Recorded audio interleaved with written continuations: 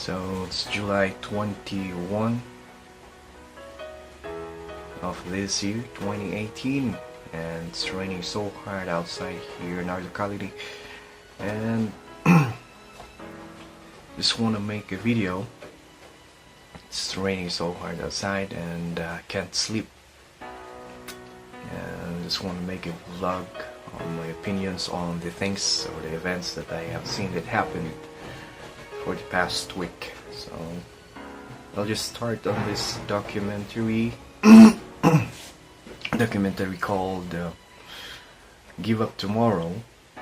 It's about the murder of the Chong sisters in Cebu, and it's about the focused solely on the accused, a half Spanish, and it's like he came from the bloodline of the former president Sergio Osmeña, and in the documentary it showed the way our justice system is working here. Sometimes it's really not looking for justice. It's like looking for someone to pass the blame and then let the people just move on.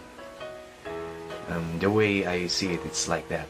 So this in the documentary showed that clearly Paco Larrañaga could not have done the crime, because a lot of witnesses are saying that when the crime happened, he was in Manila. So there were about 40 witnesses who testified that he was in Manila, and he was with them during the time that the crime happened. And what's so fascinating with this one is that all those accounts were disregarded during the trial, and I don't know, and in the way it looks is that this is what we're calling Lutong Macao. So they fast-tracked the trial and found ways to convict Paco and 7 of his companions, and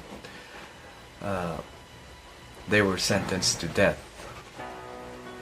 So this during that time, a lot of people are saying that he is guilty. It's like because of his profile, maybe because he was rich, and like I don't know, here we love seeing rich people going to trial, because somewhat we think that these people are above the law, and when we see things like this, we are saying that wow, our justice system works. But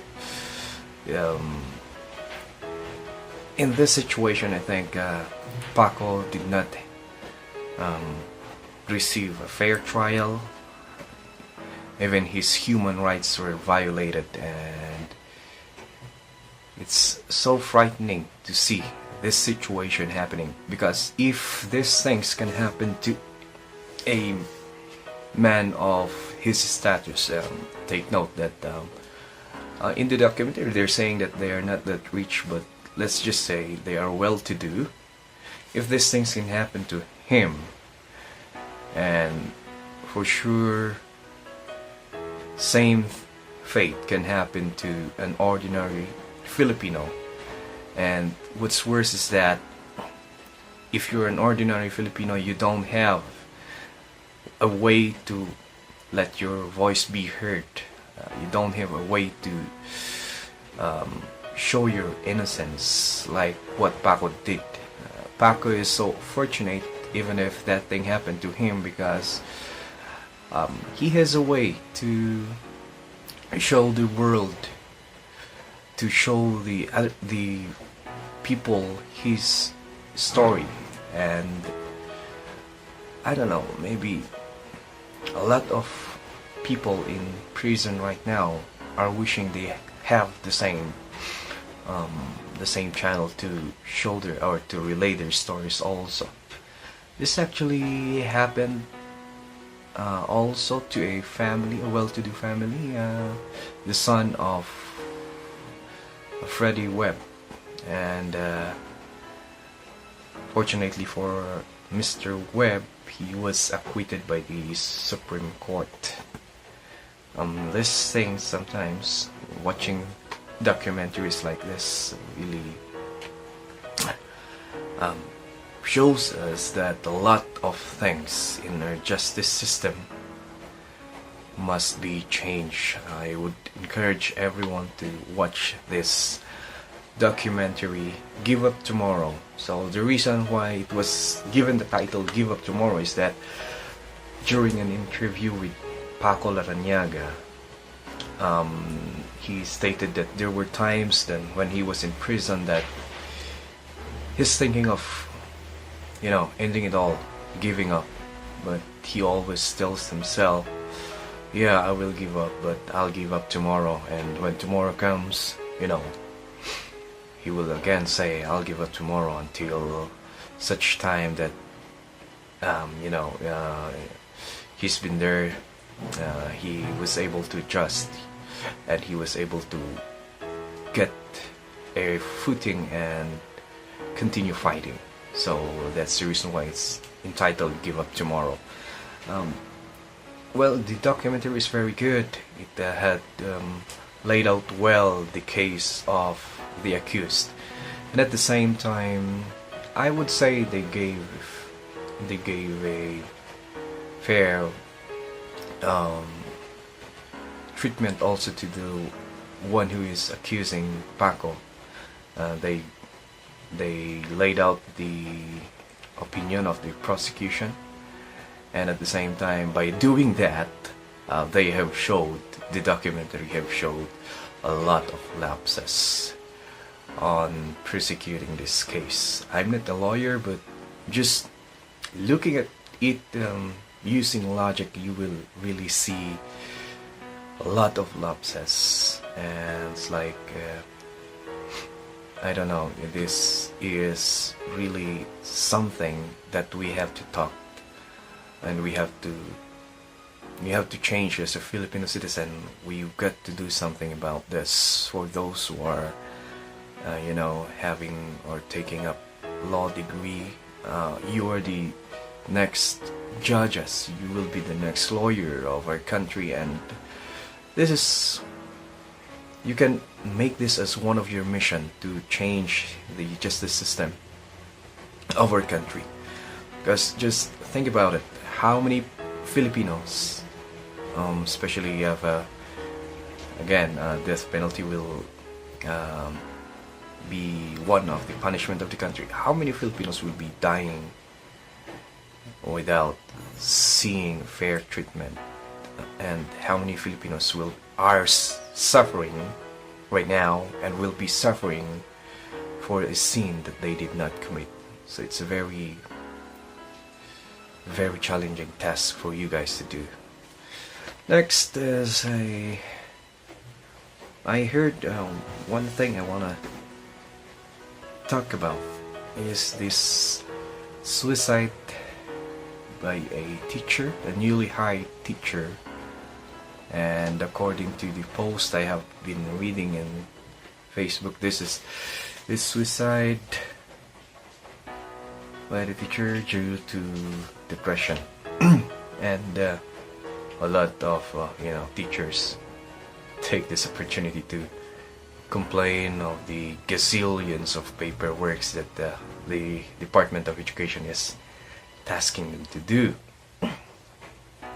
Well, I would say it's kind of unfair to blame the Department of Education for the death of this teacher. Well, maybe these gazillions of paperworks may have contributed to her depression, but it's not the sole reason why she got depressed. We don't know her, and that's That's all that I can say. It's not that. It's not. We don't know if it's those work that made her do it, but let's not use her death as a, you know, weapon to complain about our work. Before we get to this kind of work, I'm a teacher also. Before we get to this kind of work, we know what it entails. We know the system, and we should have prepared ourselves. And complaining about this work won't get us nowhere. Okay, so let's just respect the teacher who passed away, and let's not use this tragic situation to do things like throwing accusations to the work that is giving us food. And we can complain. Like, I'm not saying that let's not complain, but we can complain, but not, I think that's over the line already, using other person's unfortunate situation to highlight our plight. We can do it we can do it in another way, not not that. Okay. What else? I understand I understand the frustrations with regards to those paperwork, especially if you're teaching multi-grade. Yeah, paperwork's a lot. Okay, it takes our time, our family time. Sometimes it causes fight between couples, but there's always a way. We can always find a way to work those things out. And I would say this is not the way, using other people's plight to highlight what you're having right now. There's always a way, and we can always find a better one than this. I think that's it for this one. I just did this video to keep my channel, let's say, just to make my YouTube channel active, and that's it. I'm not asking anyone to view this. I'm not asking you to subscribe. I just made this one for my personal recording. So that's it then.